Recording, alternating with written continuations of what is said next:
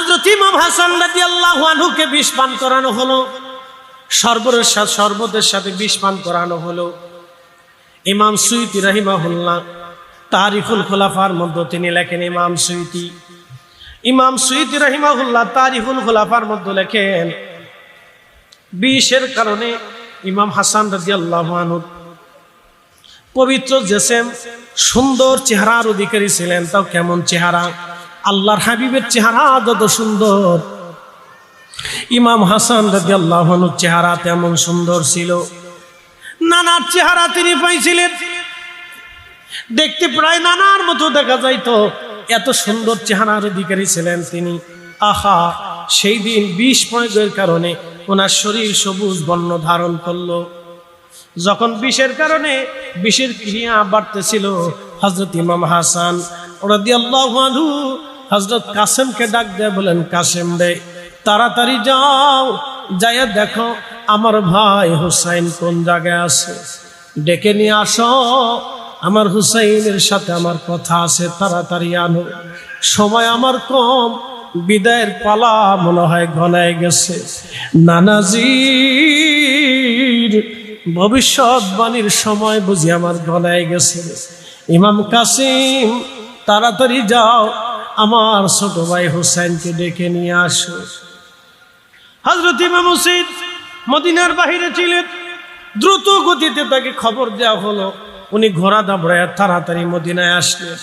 মদিনায় আসিয়া হুজরা শরীফের ভিতরে ঢুকে দেখে বড় ভাই ইমাম হাসান রাদিয়াল্লাহু তাআলা আনহু একেবারে সবুজ বর্ণ ধারণ করেছে, চেহারা সবুজ হয়ে গেছে, তার একেবারে সুন্দর চেহারার অধিকারী সবুজ হয়ে গেছে। ইমাম হাসান ডাক দিয়ে বলতেছে, ভাই হুসাইন রে, কাছে আসো, আমি তোমার সাথে জীবনের শেষ সময় দুটা কথা বলতে চাই। ভাই হুসাইন, আমাকে বিষ প্রয়োগ করা হয়েছে হুসাইন, আমি জানি আমার সময় ঘনায় গেছে হুসাইন। ভাইরে, ছোট্টকাল থেকে দুই ভাই একসাথে বড় হয়ে আসছি, নানার কোলে মদিনার অলিগলি দিয়ে ঘুরে বেড়াইছি। আম্মাজান আমরারে বড় আদর করতেন, আব্বাজানের সুখে দুঃখে আমরা দিন কাটাইছি রে ভাই।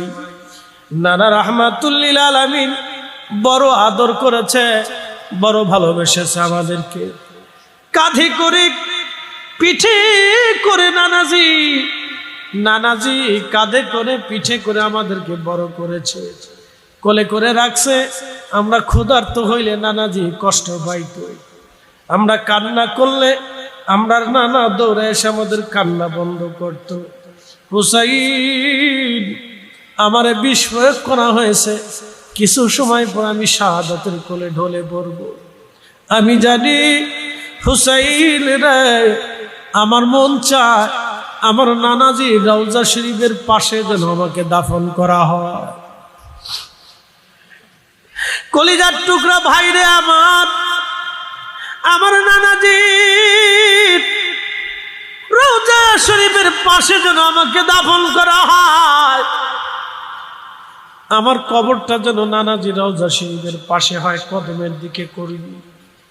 আমি জানি এইখানে কবর খনন করতে গেলে একদল মানুষ বাধা প্রয়োগ করবে রে হুসাইন, এইখানে আমাকে কবর দিতে চাবে না, কবর খনন করতে দেবে না। হুসাইন, যদি বাধা হয় সাবধান, আমার নানার জমিন, আমার নানার রওজা শরীফের ভিতরে হেরেমের মধ্যে তুমি রক্তপাত করবা না,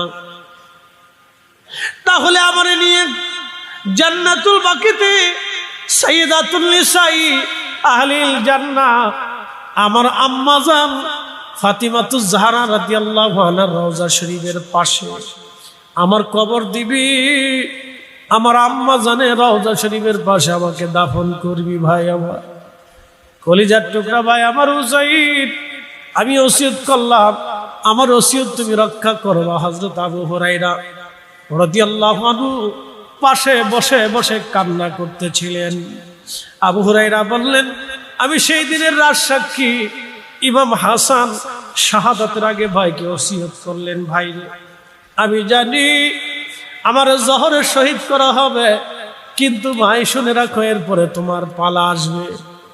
তোমাকেও নির্মম ভাবে কারবালাতে শহীদ করা হবে, নানাজি বলে গেছে।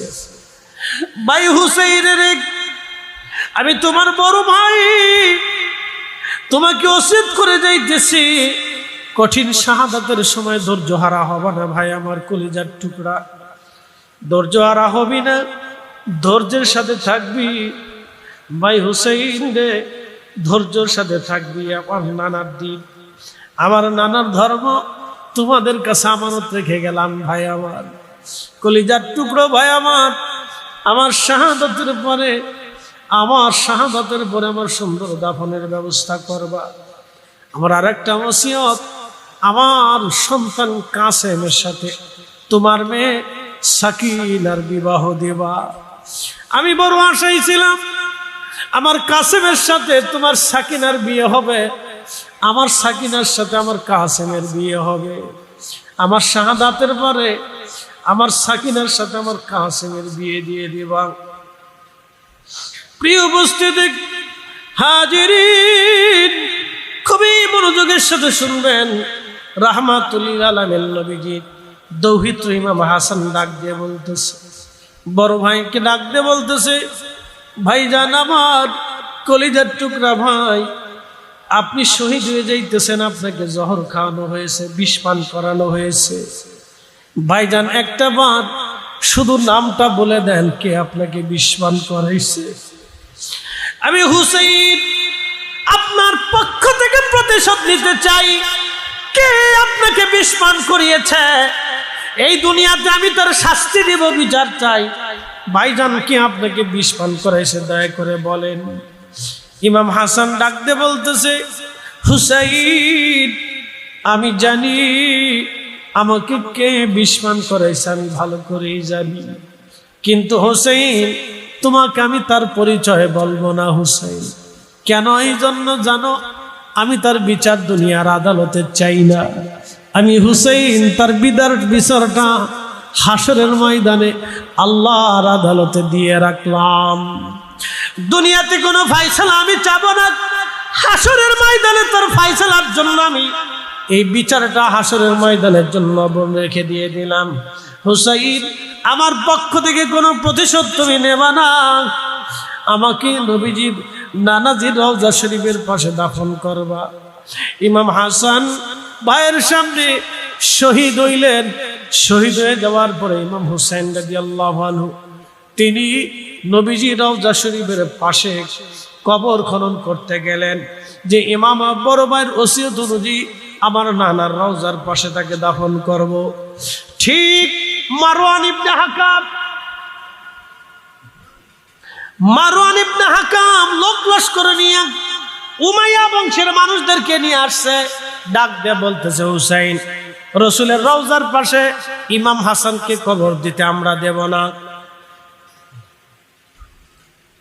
বুঝতে পারতেছে মারওয়ান ইবনে হাকাম উমাইয়া বংশের লোকজনদেরকে নিয়ে এসে বলতেছে, হুসাইন আল্লাহর রসুলের রওজা মুবারকের পাশে, আল্লাহর হাবিবের রওজা শরীফের পাশে আমরা ইমাম হাসানকে দাফন করতে দেব না। তখন ইমাম হাসান হুসাইন রাদিয়াল্লাহু আনহু তলোয়ার টেনে বের করলেন। উনি যখন তলোয়ার বের করলেন, তখন মদিনার সাহাবীরা, মদিনাবাসীরাও তলোয়ার টেনে বের করলেন। হযরত আবু হুরায়রা ইমাম হুসাইন রাদিয়াল্লাহু আনহুর হাত ধরে বললেন, হুজুর আপনি রসুলের আওলাদ, নবীর বংশধর, আপনার বড় ভাই ইমাম হাসান আপনাকে ওসিয়ত করেছিলেন নানার জমিনে, নানার হেরেমে আপনি যেন কোনো রক্তপাত না করেন। যদি তারা এখানে কবর দিতে না দেয়, আপনার কবরস্থ করতে না দেয়, তাহলে ইমাম হাসানের রওজা শরীফটা যেন, কবরটা, মাকবারাটা যেন আপনার আম্মা জানের রওজা শরীফের পাশে হয়। এই কথা বলার পরে হযরত ইমাম হুসাইন রাদিয়াল্লাহু আনহু তলোয়ার আবার তিনি তলোয়ার খাপের মধ্যে ভরে ফেললেন, নিয়ে চলে গেলেন ইমাম হাসান রাদিয়াল্লাহু আনহুকে কাঁধে করে। তিনার পবিত্র আম্মা হযরত সাইয়্যিদাতুন নিসাই আহলিল জান্নাহ ইমাম হাসান রাদিয়াল্লাহু আনহু মায়ের কবরের পাশে কবর খনন করা হলো। চিরদিনের জন্য মায়ের আম্মাজানের রওজা শরীফের পাশে সন্তানকে দাফন করা হলো। মায়ের সাথে ইমাম হাসান এখনো জান্নাতুল বাকির ভিতরে ঘুমিয়ে আছে। তার মানে বোঝা গেল সেই জমানাতেও নবীর দুশ্মন আছে, এই জমানাতেও নবীর দুশ্মন আছে। কথা বলেন ঠিক কিনা? প্রিয় উপস্থিতি হাজিরিন, এটা হযরত ইমাম হাসান রাদিয়াল্লাহু আনহু শাহাদাতের ইতিহাস আপনাদেরকে শোনাইলাম। ইমাম হাসান শহীদ হয়ে গেলেন। আহা, এবার ইমাম হুসাইন রাদিয়াল্লাহু আনহুর পালা। দেখতে দেখতে 61 হিজরি এসে গেল। ইমাম হুসাইন রাদিয়াল্লাহু আনহু তিনি হজের মৌসুমে মক্কাতুল মুকাররমা থেকে রওনা করলেন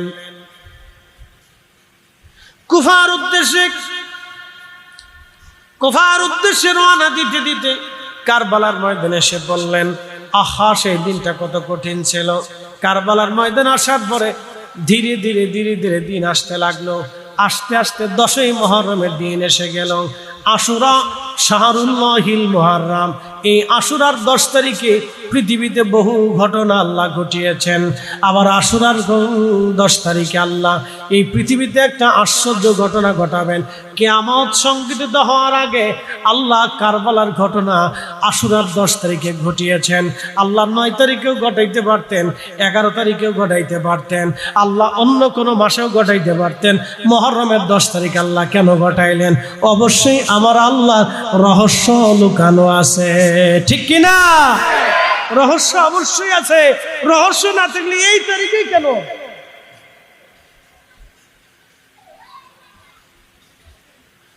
প্রিয় পটিয়াবাসী মনোযোগের সাথে শুনলেন। ইমাম হুসেন কারবালাতে আসলেন মুহররমের প্রায় প্রথমার্ধে তিনি কারবালাতে আসলেন। 7ই মুহররম থেকে ওনার পরিবারের জন্য পানি বন্ধ করে দেয়া হলো। পৃথিবীতে 4টা নদী আল্লাহ জান্নাত থেকে প্রবাহিত হয়েছে। একটা নদীর নাম ফোরাত নদী, আর একটা নদীর নাম নীল নদী, আর একটা নদীর নাম আমু দরিয়া, আর একটা নদীর নাম এই মুহূর্তে আমি ভুলে গেছি। একটা নদী ফোরাত, আর একটা নদী নীল নদী খোদার জান্নাত থেকে আসছে।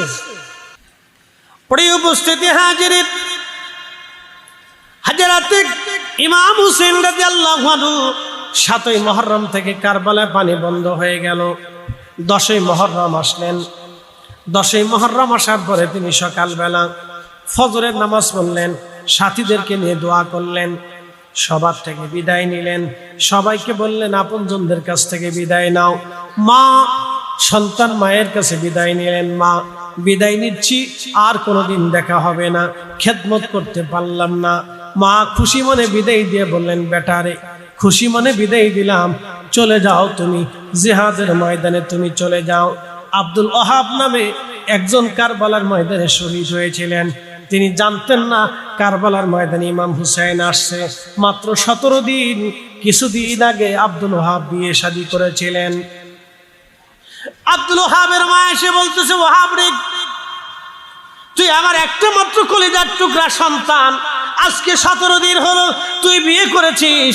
সন্তান আমার, আমি শুনছি কারবালার ময়দানে নাকি আমার রসুলের আওলাদ হুসেইন বিপদগ্রস্ত।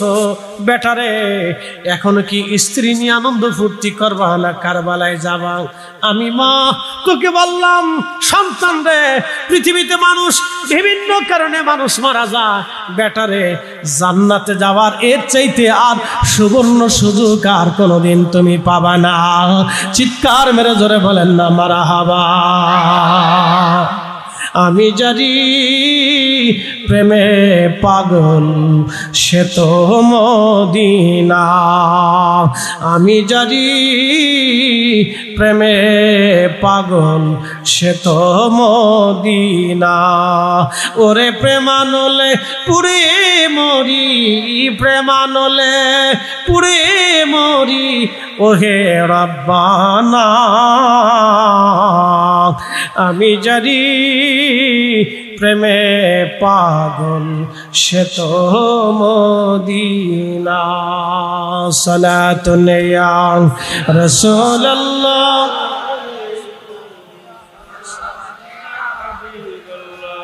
আহা সালাতুন ইয়া রাসূলুল্লাহ আলাইকুম সালামুন ইয়া।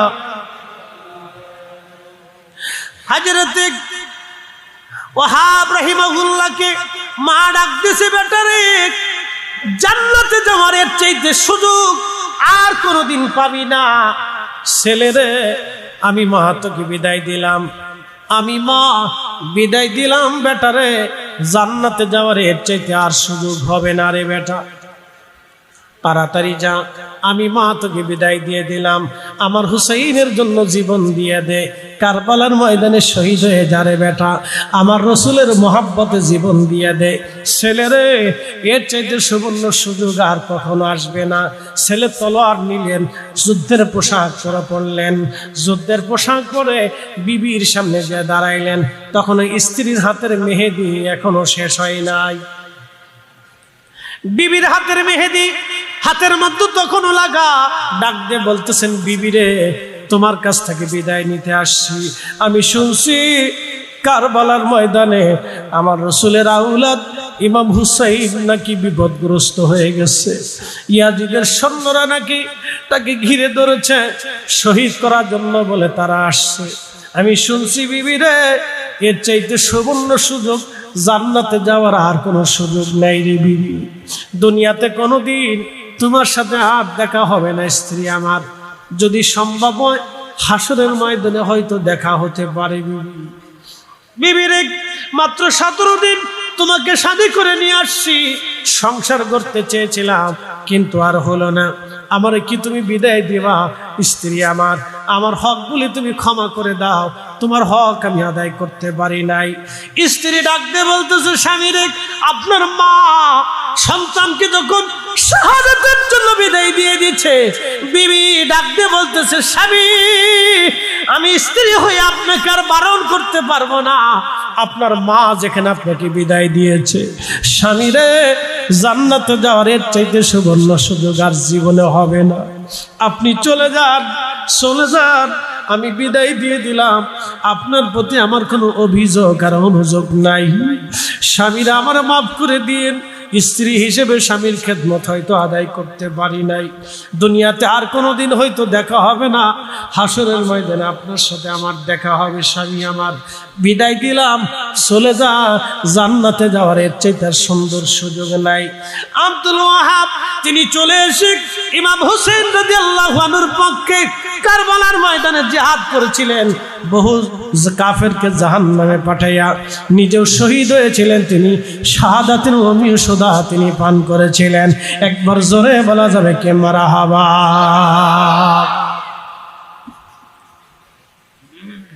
তিনার সেই বীর যোদ্ধা জান্নাতে যাওয়ার এর চাইতে সুবর্ণ সুযোগ আর নাই। বেটারে মায়ের কথা দেখেন, মা একটা কথা দিয়ে বোঝাইলো, ছেলে আমার জান্নাতে যাওয়ার এর চাইতে বড় সুযোগ আর নাই, জান্নাতে যাওয়ার এর চাইতে বড় সুযোগ আর নাই রে ছেলে আমার, তাড়াতাড়ি যা, জান্নাতে যদি যাইতে চাস কারবালায় চলে যা, ইমাম হুসাইনের পক্ষে দুশমনের বিরুদ্ধে লড়াই করে শহীদ হয়ে যা বেটা, আমি মা তোকে বিদায় দিয়ে দিলাম।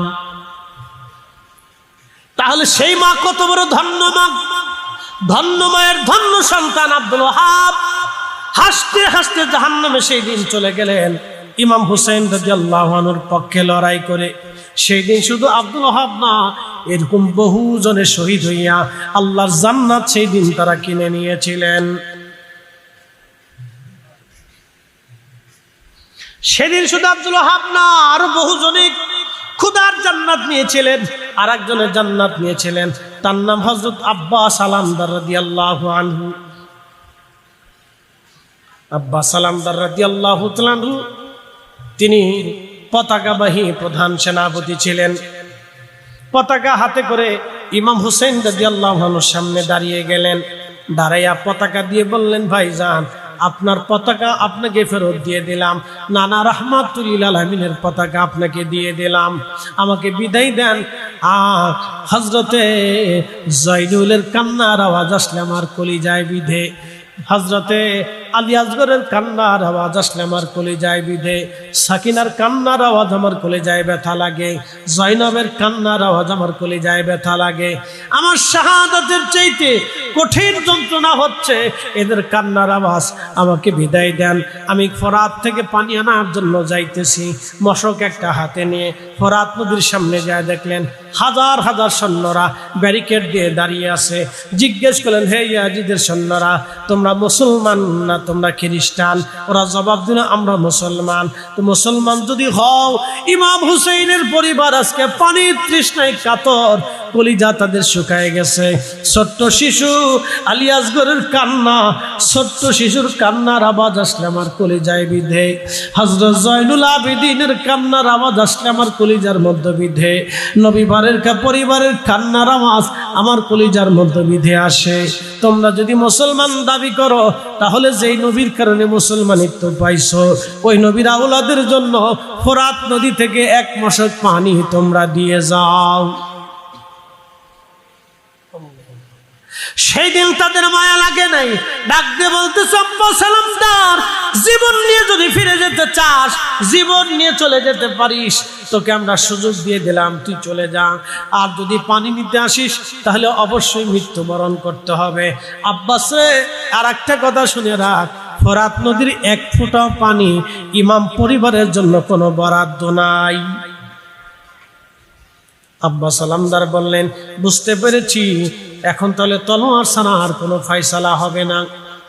হযরত আব্বা সালামদার যুদ্ধ শুরু করলেন। বুঝতেই পারতেছেন, হাজার হাজার সৈন্যদের ব্যারিকেড ভেঙে একা লড়াই করতে করতে, তলোয়ার চালাইতে চালাইতে কাফেরদের বেঈমানদের ভিড়ের মধ্যে যাইয়া বেঈমানদেরকে জাহান্নামে পাঠাইয়া ব্যারিকেড ভেঙে ফেলে দিয়ে এই বীর মুজাহিদ তিনি যুদ্ধের ময়দানে ফোরাত নদীর মধ্যে ঝাঁপিয়ে পড়লেন। ফোরাত নদীর মধ্যে ঝাঁপিয়ে পড়ে তিনার যে মশক ছিল, এই মশক খানা ভরে তিনি পানি ভরলেন। পানি ভরার পরে দুই হাতের আজলা ভরে, দুই হাতের তালুদয় ভরে, আজলা ভরে পানি উঠাইলেন, পানি পান করবেন। ঠিক এমন সময় পানি যখন মুখের সামনে আনলেন, পানি পান করবেন, কলিজার মধ্যে তৃষ্ণা, হাতের মধ্যে পানি। আশেকে রসুল আব্বা সালামদার হাতের মধ্যে পানি, কলিজার মধ্যে তৃষ্ণা। সেই সময় আব্বা সালামদারের মনের ভিতরে উদয় হয়ে গেল, আহা, আমার হুসাইন পানির তৃষ্ণা নিয়ে কারবালার ময়দানে দাঁড়াই রয়েছে। আমার আলী আসগর পানির জন্য কান্না করে, আমার জয়নুল পানির জন্য কান্না করে, আমার ইমাম কাসেম শহীদ হয়ে গেছে, বেঈমানরা তাকে পানি দেয় নাই। আমার আলী আকবর শহীদ, বেঈমানরা পানি দেয় নাই। আব্দুল ওহাব শহীদ, বেঈমানরা পানি দেয় নাই। আমার আওন শহীদ, বেঈমানরা পানি দেয় নাই। আমার হুর শহীদ, বেঈমানরা পানি দেয় নাই। আমার আত্মীয়রা শহীদ, বেঈমানরা পানি দেয় নাই। আমার সাথীরা শহীদ, বেঈমানরা পানি দেয় নাই। আমার রসুল পরিবারের জয়নব, নবীজির রক্ত, নবীজির নাতনি, আমার জয়নব পানির জন্য তৃষ্ণা শুকিয়ে গেছে, জিহ্বা শুকিয়ে গেছে, বেঈমানরা এখনো পানি দেয় নাই। আমি আব্বা সালামদার একা একা ফোরাত নদীর পানি পান করব না, হয় না। আমার রসুল পরিবারকে পানি পান না করাইয়া আমি আব্বা সালামদার আজ পানি পান করব না। আমি আব্বা সালামদার আজ পানি পান করব না। আমার রসুল পরিবারকে পানি পান না করাইয়া আমি আব্বা সালামদার আজ পানি পান করব না। পানি ছেড়ে দিক। আব্বা সালামদার ঘোড়ার পিঠের উপর সাওয়ার হইয়া ইমাম শিবিরের দিকে তিনি রওনা করলেন। পানি আসবে আজ, মশক ভরা পানি, ডান হাতের মধ্যে ফিতা ঝুলাইলেন। তলোয়ার দিয়ে যুদ্ধ চলতেছিল, একা একা লড়াই করতেছিলেন এই বীর মুজাহিদ। ইয়াজিদ বাহিনী থেকে ঘোষণা আসলো, শুনছো ইয়াজিদি সৈন্যরা, এই পানির মশক যাতে ইমাম পরিবারে না পৌঁছায়, যদি এই পানি ইমাম হুসাইনের তাবুর মধ্যে পৌঁছায়, তাহলে তোমরা একজনও কুফা নগরে ফেরত যেতে পারবা না। যে কোনো মূল্যে আব্বা সালামদারের পানি তোমরা ঠেকাও, কিন্তু বীর মুজাহিদ ইশকে রাসূলের দিল জিন্দা করিয়া জীবন মৃত্যুর সন্ধিক্ষণে শাহাদাতের লিপ্সা নিয়ে আব্বাস সালামদার রাদিয়াল্লাহু আনহু যুদ্ধ করতেছিলেন। বেঈমানের দলেরা পিছন দিক থেকে আব্বাস সালামদারের ডান হাত বরাবর তলোয়ারের আঘাত করল। ডান হাত বরাবর তলোয়ারের আঘাত করার সঙ্গে সঙ্গে হাতটা দ্বিখণ্ডিত হয়ে আলাদা হয়ে গেল। হাত কেটে জমিনের মধ্যে হাত পড়ে গেছে, রক্তের ফোয়ারা বাহিনী বের হয়ে আসতেছে। আহা, প্রচন্ড রক্ত বেয়ে বেয়ে, প্রচন্ড রক্তগুলি বেয়ে বেয়ে একেবারে বেয়ে বেয়ে পড়তেছে। পানির মশকখানা হযরত আব্বাস সালামদার বাম হাত দিয়ে চেপে ধরলেন। বাম হাতের মধ্যে পানির মশকের ফিতা ঝুলাইলেন। এক হাত নাই, মাত্র একটা হাত দিয়ে তিনি জিহাদ করতেছিলেন, তলোয়ার তিনি চালাইতেছিলেন। বেঈমানের দলেরা কিছু সময় পরে পিছন দিক থেকে তার বাম হাতের উপরে আঘাত করলো। বাম হাতটা কেটে আলাদা হয়ে জমিনের মধ্যে পড়ে গেল। পানির মশকখানাও জমিনের মধ্যে পড়ে গেল। আশিকে রাসূল, ইশকে রাসূল কি জিনিস ভালো করে দেখেন। দুইটা হাত আব্বাস সালামদারের হাত নাই, রক্তের ফোয়ারা চলতেছে, দুই হাত বেয়ে বেয়ে রক্ত পড়তেছিল। হযরত আব্বাস সালামদার ওই অবস্থায় ঘোড়ার উপর থেকে লাফিয়ে নিচে পড়লেন। পানির মশক কামড় দিয়ে তিনি চেপে ধরলেন। হাত তো নাই, কি করে পানির মশক ধরবে? পানির মশক কামড় দিয়ে চাপ দিয়ে ধরলেন। পানির মশকখানা নিয়ে আব্বাস সালামদার দৌড়ায় দৌড়ায় যাইতেছে। বেঈমানের দলে না বেশি দূরে আব্বাস সালামদারকে যেতে দেয় নাই। তীর বর্ষার আঘাত করে আব্বাস সালামদারকে জমিনের মধ্যে ফেলে দিলে।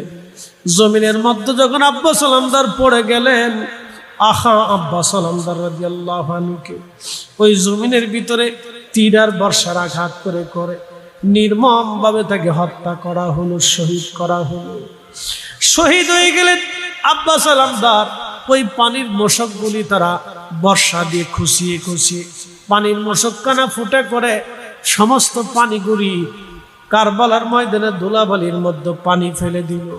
পানিগুলি মাটি শুষে নিয়ে চলে গেল। ইমাম হোসেন দূরে দাঁড়ায়া দাঁড়ায়া দেখতেছিলেন আব্বাস সালামদারের শাহাদাত। আব্বাস সালামদার জীবনের শেষ সময় প্রমাণ করে দিয়ে গেছে, ওগো ইমাম হোসেন, আমি পানি পান করি নাই, তোমাদেরকে বিহীন আমি পানি পান করি নাই, আমি আজগর বিহীন পানি পান করি নাই, জয়নুল আবেদিন বিহীন আমি আব্বাস সালামদার পানি পান করি নাই, আমি ইমাম কাসেম আলী একবার বিহীন আমি একা একা স্বার্থপরের মতো পানি পান করি নাই, আমি রসুল প্রেমে নবীর বংশধরদেরকে বাঁচাইতে যাইয়া এই কারবালায় আমার হাত দিছি, আমার জীবন দিছি। ইয়া রাসূলুল্লাহ, আমি প্রমাণ করছি আপনাকে ভালোবাসি। ইয়া রাসূলুল্লাহ, আমি আব্বাস সালামদার আপনাকে ভালোবাসি।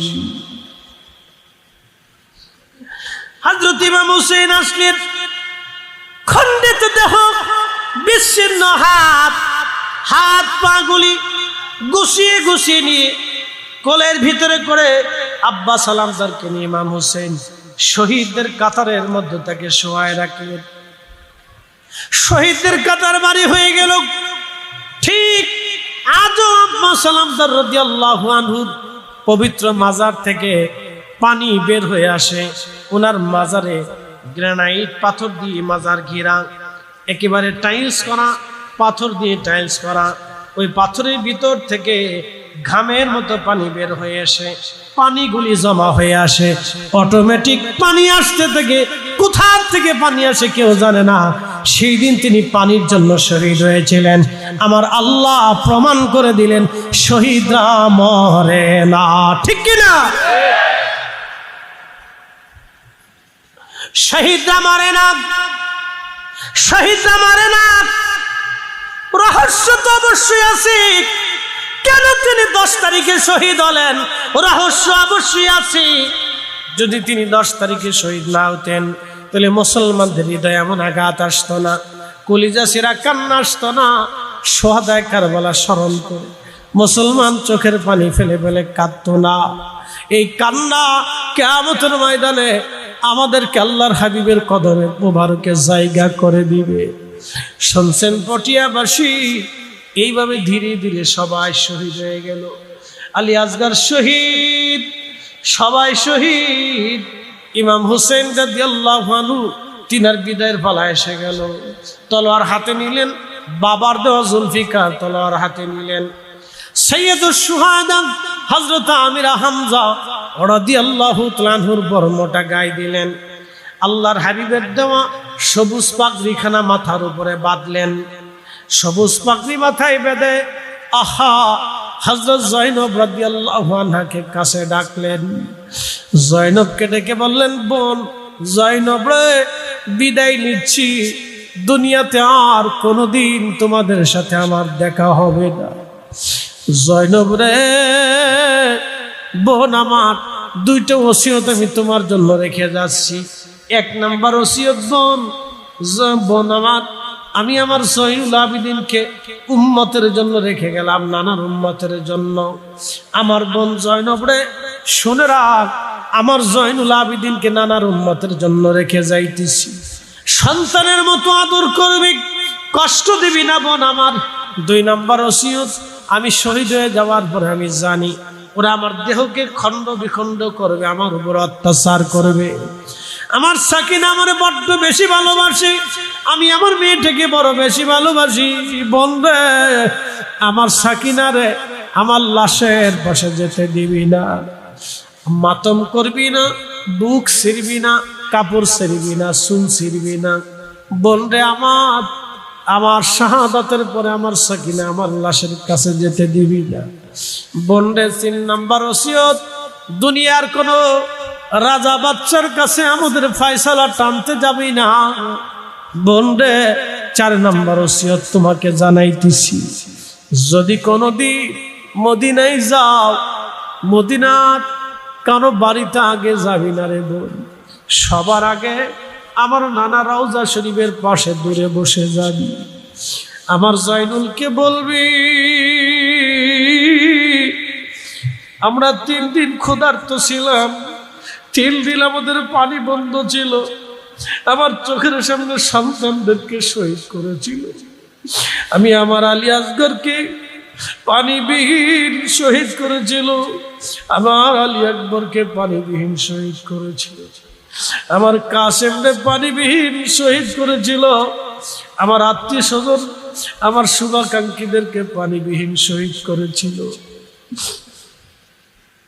তোমাদের কষ্টের কথাগুলি আমার নানা রাহমাতুল লিল আলামিনের রওজা মুবারকের পাশে দাঁড়ায়া দাঁড়ায়া আমার জয়নুলকে বলতে বলবি, সালাতুন ইয়া রাসূলুল্লাহ আলাইকুম, সালামুন ইয়া হাবিবাল্লাহ, আহা সালাতুন ইয়া রাসূলুল্লাহ আলাইকুম, সালামুন ইয়া হাবিবাল্লাহ।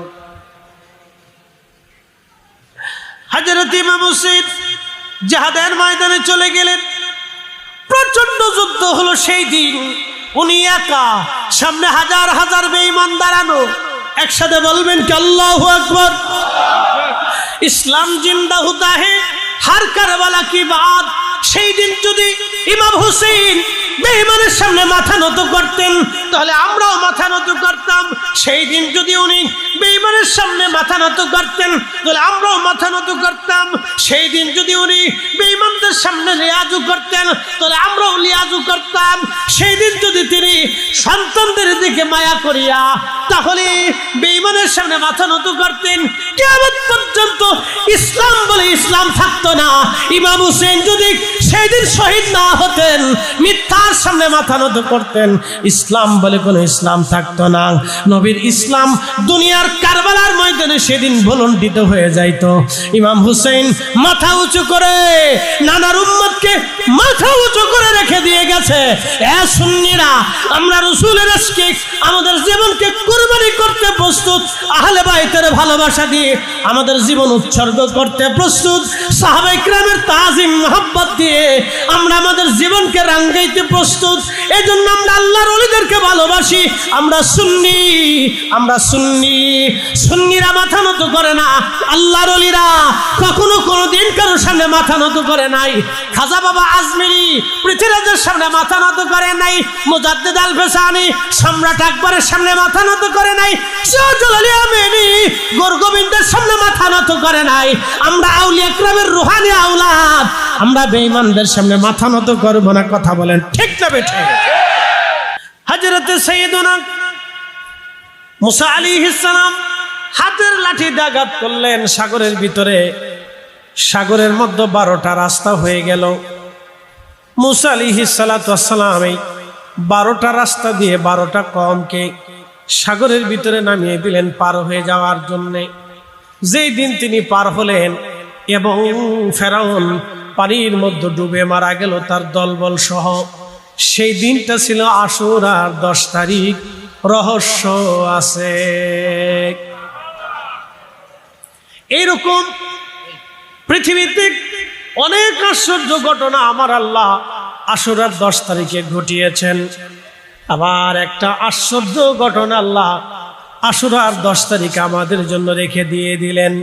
এই উম্মতের জন্য আল্লাহ একটা আশ্চর্য ঘটনা আশুরার ভিতরে আল্লাহ দিয়ে দিলেন। কিয়ামত পর্যন্ত সেই ঘটনা স্মরণ করে এই উম্মতের চোখের পানি পড়তে থাকবে। কেন দিলেন? কারণ আশুরার কথা মনে করে, ইমাম হুসাইনের শাহাদাতের কথা মনে করে রসুল প্রেমে অনেকের দিল উজালা হয়ে যায়। কথা ঠিক আছে না? প্রিয় উপস্থিতি হাজিরিন, পবিত্র আশুরার একটা রহস্য আছে, ভেদের ভেদ আছে, হাকিকতের হাকিকত এই কারবালার ঘটনার ভিতরে আছে। আমি লম্বা আলোচনা নেব না, একেবারে ছোট করব না। এই আশুরার 10 তারিখে পৃথিবীর মধ্যে অনেক ঘটনা আল্লাহ ঘটিয়েছেন, অনেক ঘটনা আল্লাহ ঘটিয়েছেন, যেগুলি কিছু কিতাবের মধ্যে আসছে, কিছু কিতাবের মধ্যে আল্লাহ দেন নাই।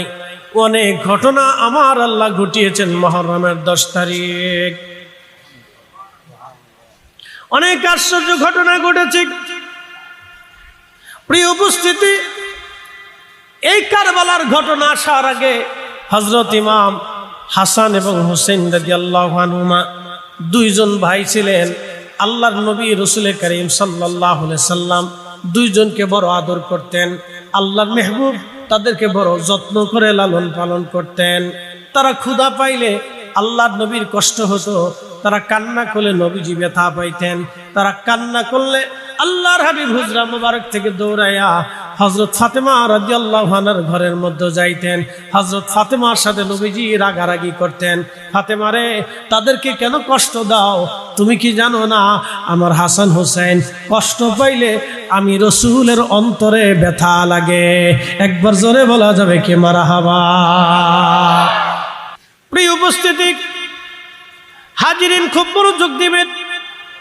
আমি আজকে 2 জনের শাহাদাতের ঘটনা আজকে আপনাদের সামনে শোনাবো। প্রথম শাহাদাত হযরত ইমাম হাসান, আল হাসান ওয়াল হুসাইন সাইয়্যিদা শাবাবিহালিল জান্নাহ। হাসান এবং হুসাইন 2 জন জান্নাতের যুবকদের সর্দার।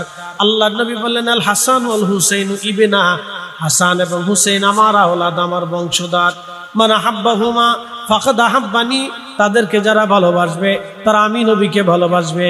ওমান আহাব্বানি আহাব্বাহুল্লাহ, যে আমাকে ভালোবাসবে সে আল্লাহকে ভালোবাসবে। ওমান আহাব্বাহুল্লাহু আদখালাহুল জান্নাহ, যে আল্লাহকে ভালোবাসবে আমার আল্লাহ তাকে জান্নাত দিয়ে দিবে। একবার জোরে বলা যাবে কি মারহাবা? প্রিয় পটিয়াবাসী, মনোযোগের সাথে শুনবেন। হযরত ইমাম হাসান হুসেইন রাসূলের আওলাদ, নবীজির বংশধর। আহা, তাদের মাধ্যমে আল্লাহ নবীর বংশ দুনিয়াতে আসছে। শুধু এইখানে শেষ না, হাসানি হুসাইনি রক্তের মাধ্যমে আল্লাহ রাব্বুল আলামিন পৃথিবীতে একটা সন্তান দুনিয়াতে পাঠাবে কিয়ামতের পূর্ব সময়ে। তার নাম হযরত ইমাম মাহদী আলাইহিস সালাতু ওয়াস সালাম। তার বাবার নাম আব্দুল্লাহ, তিনার নাম হবে মোহাম্মদ। 40 বছর পর্যন্ত মরুভূমির ভিতরে উট, দুম্বা, ভেড়া, ছাগল চড়াবে। দুনিয়ার কোন মাদ্রাসা, কোন মক্তবে মাহদী আলাইহিস সালাম কারো কাছে একটা অক্ষর পড়াশোনা করবে না। 40 বছর পর্যন্ত তিনি মরুভূমির ভিতরে উট, দুম্বা আল্লাহ তাকে চড়াবে। আমার নবীজি যেমন দুনিয়ায় কারো কাছ থেকে একটা অক্ষরও শিখেন নাই, ইমাম মাহদীকে আমার আল্লাহ দুনিয়ায় কারো কাছ থেকে একটা বিদ্যা শিখাবেন না। 40 বছর পার হবে। 40 বছর পার হওয়ার পরে যেই দিন রাত আসবে, সেই দিন ইমাম মাহদী আলাইহিস সালামের কালবে আমার আল্লাহ একসাথে সমস্ত ইলম মাহদী আলাইহিস সালামের কালবে আমার আল্লাহ ঢেলে দিবেন।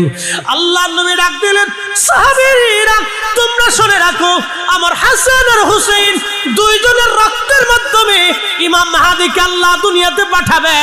আমার রক্ত, আমার ফাতেমার রক্ত, আমার আলীর রক্ত, আমার হাসান হুসাইনের রক্তের মাধ্যমে ইমাম মাহদী দুনিয়াতে আসবে। আমি যেইভাবে আল্লাহর জমিনে, খুদার জমিনে খুদার দিন প্রতিষ্ঠিত করেছি আমার মাহদী, ওইভাবে তামাম দুনিয়াতে খুদার জমিনে খুদার দিন কায়েম করবে। একবার জোরে বলা যাবে কি আল্লাহু আকবার। হযরত ইমাম হাসান রাদিয়াল্লাহু তাআলা আনহু, অনেক লম্বা ইতিহাস। ইমাম হাসান রাদিয়াল্লাহু তাআলা আনহু ওনার স্ত্রীর সাথে কন্ট্যাক্ট করলো, ইয়াজিদ যদি ইমাম হাসানকে বিষ প্রয়োগ করতে পারো।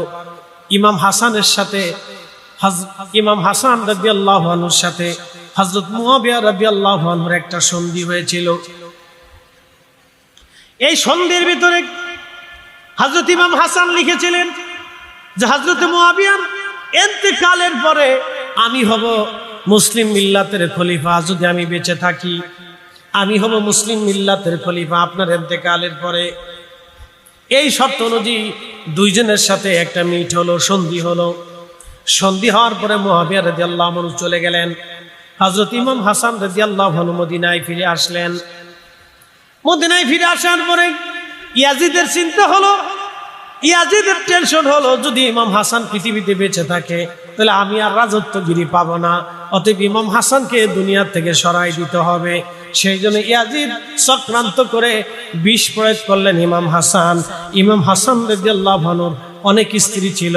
এই অনেক স্ত্রীর ভিতরে একজন স্ত্রীকে তিনি আয়ত্ত করলেন, অর্থ দিয়া এবং টাকা পয়সা দিয়া ওই স্ত্রীকে কিনে নিয়ে নিলেন এবং স্ত্রীকে বললেন, তুমি যদি বিষ পান করাইতে পারো, ইমাম হাসানকে হত্যা করতে পারো, তাহলে তোমাকে অনেক পুরস্কৃত করা হবে।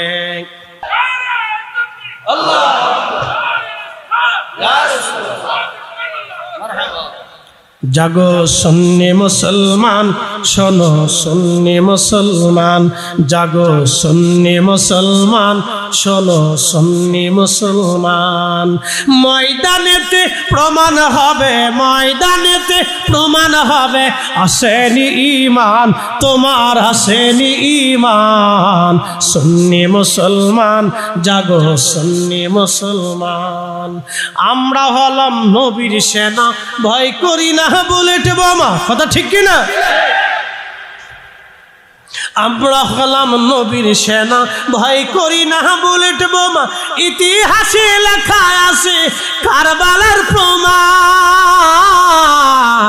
সুন্নি মুসলমান, জাগো সুন্নি মুসলমান, আহা সুন্নি মুসলমান, শোনো সুন্নি মুসলমান। ময়দানেতে প্রমাণ হবে, ময়দানেতে প্রমাণ হবে, আসেনি ঈমান তোমার, আসেনি ঈমান। সুন্নি মুসলমান, জাগো সুন্নি মুসলমান। ইমাম হাসান শহীদ হলেন, হযরত আলী শহীদ হলেন, আমার রসুলের দন্ত মোবারক শহীদ হলো, আমার নবীজির দন্ত মোবারক শহীদ, নবীজির চাচা হযরত আমির হামজা শহীদ, সাইয়্যিদুশ শুহাদা তিনি শহীদ, নবীজির চাচাতো ভাই জাফর শহীদ, নবীজির নাতি হযরত ইমাম হাসান শহীদ, তিনার দৌহিত্র ইমাম হুসাইন শহীদ, হযরত আলী শহীদ, তিনটা সবাই শহীদ। কালেমার জন্য পরিবার শহীদ, দ্বীনের জন্য শহীদ, বেঈমানের সামনে মাথা নত করে নাই, তারা শহীদ। শরীফ পরিবার, শহীদ পরিবার, আমার নবীজির দন্ত মোবারক শহীদ। একসাথে বলা যাবে না আল্লাহু আকবার? রহস্য আছে না নাই? রহস্য আছে, অবশ্যই রহস্য আছে, বিরাট বড় রহস্য, বিরাট বড় রহস্য, বিরাট বড় রহস্য। নবীজির দন্ত মোবারক শহীদ, নবীজির চাচা শহীদ, নবীজির চাচাতো ভাই শহীদ, নবীজির জামাতা শহীদ, নবীজির নাতিগণ শহীদ, নবীজির আত্মীয় স্বজন কারবালায় শহীদ, উহুদের শহীদ, বদরের শহীদ, মুতাতে শহীদ, খন্দকে শহীদ, পরিবার শহীদ, এই কালেমার জন্য শহীদ। আল্লাহু আকবার, আল্লাহু আকবার। পোড়া পরিবার শহীদ। কি বুঝলেন আপনারা? পোড়া পরিবারটাই শহীদ। বন্ধু আমার খুব মনোযোগ দেন। আলী আসগর শহীদ, আলী আকবর শহীদ, ইমাম কাসেম শহীদ। আল্লাহ রসুলের পরিবারের মধ্যে কতজন শহীদ? আল্লাহর নবীজির দন্ত মোবারক শহীদ, নবীজির চাচা শহীদ, চাচাতো ভাই শহীদ, জামাতা শহীদ, নাতিগণ ইমাম হাসান শহীদ, ইমাম হুসেন শহীদ, আলী আসগর শহীদ, আলী আকবর শহীদ, ইমাম কাসেম শহীদ, আব্বাস আলমদার শহীদ, আওয়ান রাদিয়াল্লাহু আনহু শহীদ। আরো অনেক আছে। এইভাবে শাহাদাতের তালিকা বাড়লে রসুল পরিবারে বহু শহীদের তালিকা বাড়বে। তারা শহীদ। মুসলিম বিন আকিল শহীদ, তার দুইটা এতিম বাচ্চারা শহীদ। একসাথে বলবেন আল্লাহু আকবার। আপনি শহীদদের তালিকা গোনেন, রসুল পরিবারে কতজন শহীদ হয়েছে, এই কারবালাকে কেন্দ্র করে কতজন শহীদ হয়েছে, এই আশুরাকে কেন্দ্র করে কতজন শহীদ হয়েছে, আপনি দেখেন হিসাব করে কতজন শহীদ। রহস্য আছে, ছোট করে দেখবেন না, সহজভাবে দেখবেন না, সহজভাবে নিবেন না। কারবালাকে সহজ করে দেখার কোনো সুযোগ নাই। কারবালার আলোচনা, সোহাদে কারবালার মোহাব্বত, আহলে বাইতের মোহাব্বত নামি শিয়া না। তবে হ্যাঁ, আহলে বাইতের মোহাব্বতের নাম দিয়ে সাহাবায়ে কিরামকে গালিগালাজ করার নাম হচ্ছে শিয়া। কথা কোন ঠিক না বেঠি? প্রিয় উপস্থিতি হাজিরিন,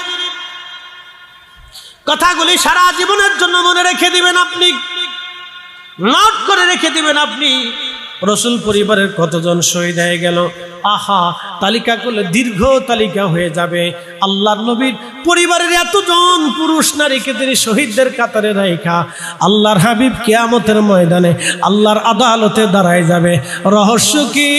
আল্লাহর আদালতে আল্লাহকে ডাকতে বলে, ইয়া রব, আমার দন্ত শহীদ, আমার জামাতা শহীদ, আমার নাতিরা শহীদ, আমার চাচা শহীদ, আমার চাচতো ভাই শহীদ, আমার নাতি নাতকুর শহীদ, আমার নাতি পুতিরা শহীদ, আমার বংশের মানুষ শহীদ। আল্লাহ, আমি তাদের শাহাদাতকে সামনে নিয়ে আমার উম্মতের নাজাতের জন্য তোমার কাছে দরখাস্ত করতেছি। আল্লাহ, আমার ইমাম হাসান হুসেন শহীদ, আমার কলিজার টুকরাদের শাহাদাতকে সামনে দিয়া আমার উম্মতের নাজাত আমি চাইতেছি। আল্লাহ, আমার উম্মত আপনি মাফ করে দেন। আমি রাসূল উম্মত ছাড়া জান্নাতে যাব না। আল্লাহ, আমার হাসান হুসেনকে যারা ভালোবাসছিল, আমার আহলে বাইতকে যারা ভালোবাসছিল, আল্লাহ, আমি তাদেরকে ছাড়া জান্নাতে যাব না। চিৎকার মেরে বলেন না ইয়া রাসূলুল্লাহ। এটার নাম রহস্য। রহস্যের একটা জট আপনাদেরকে খুলে দিলাম, এটাই বড় রহস্য। সেদিন আমরা যারা আহলে বাইতকে ভালোবাসছি, এই মাহফিলে যারা বসছি আমরা ভাগ্যবান। মাহফিল যারা দিছি তারাও ভাগ্যবান, মাহফিলে যারা বসছি তারাও ভাগ্যবান, মাহফিলে যারা শ্রম দিয়েছি তারাও ভাগ্যবান, মাহফিলে যারা অর্থ দিয়েছি তারাও ভাগ্যবান, মাহফিলে যারা সময় দিয়েছি তারাও ভাগ্যবান। সুবহানাল্লাহ, আসতে হয়ে গেল না? এত বড় সুসংবাদ দিলাম, তারপরে সুবহানাল্লাহ আসে না? আরো জোরে বলেন সুবহানাল্লাহ। বলেন না আল্লাহু আকবার, বলেন না ইয়া রাসূলুল্লাহ। অনেক বড় সুসংবাদ, অনেক বড় সুসংবাদ আপনাদের জন্য। রহস্য তো অবশ্যই আছে, অবশ্যই রহস্য আছে। রহস্যের একটা ছোট্ট জট খোলাই দিলাম। ফাতিমাতুজ জাহরা যদি কোনোদিন মদিনাতে যান তো খন্দকে যাবেন। খন্দকে যাওয়ার পরে একটা পাহাড় আছে, খন্দকের পাহাড়। খন্দকের পাহাড়ের পাদদেশে হযরতে জাবের রাদিয়াল্লাহু আনহুর বাড়ি। যেই বাড়িতে আল্লাহর নবী 3000 সাহাবীরে খাওয়াইছিলেন একসা রুটি দিয়ে, একটা ছাগলের বাচ্চা দিয়ে। মারহাবা বলবেন না? একটা মুজেজা দেখিয়েছিলেন। সেই বাড়ি থেকে একটু আগাইলে একটা পাহাড়ের নাম জাবাল আবু শিলা, যদি কোনোদিন যান ঠিকানা বলে দিলাম, জাবাল আবু শিলা। এই জাবাল আবু শিলাতে 3 দিন 3 রাত আল্লাহর নবী সিজদায় পড়ে কেঁদেছিলেন। সারা মদিনাতে রাসূলকে খুঁজে পাওয়া যায় না। সাহাবায়ে কেরাম খুঁজতে খুঁজতে আইসা দেখেন আল্লাহর নবী এখানে সিজদায় পড়ে কাঁদতেছে। আবু বকর ডাকে, ইয়া রাসূলুল্লাহ, মদিনায় কান্না বেড়ে গেছে। সবাই ভাবছে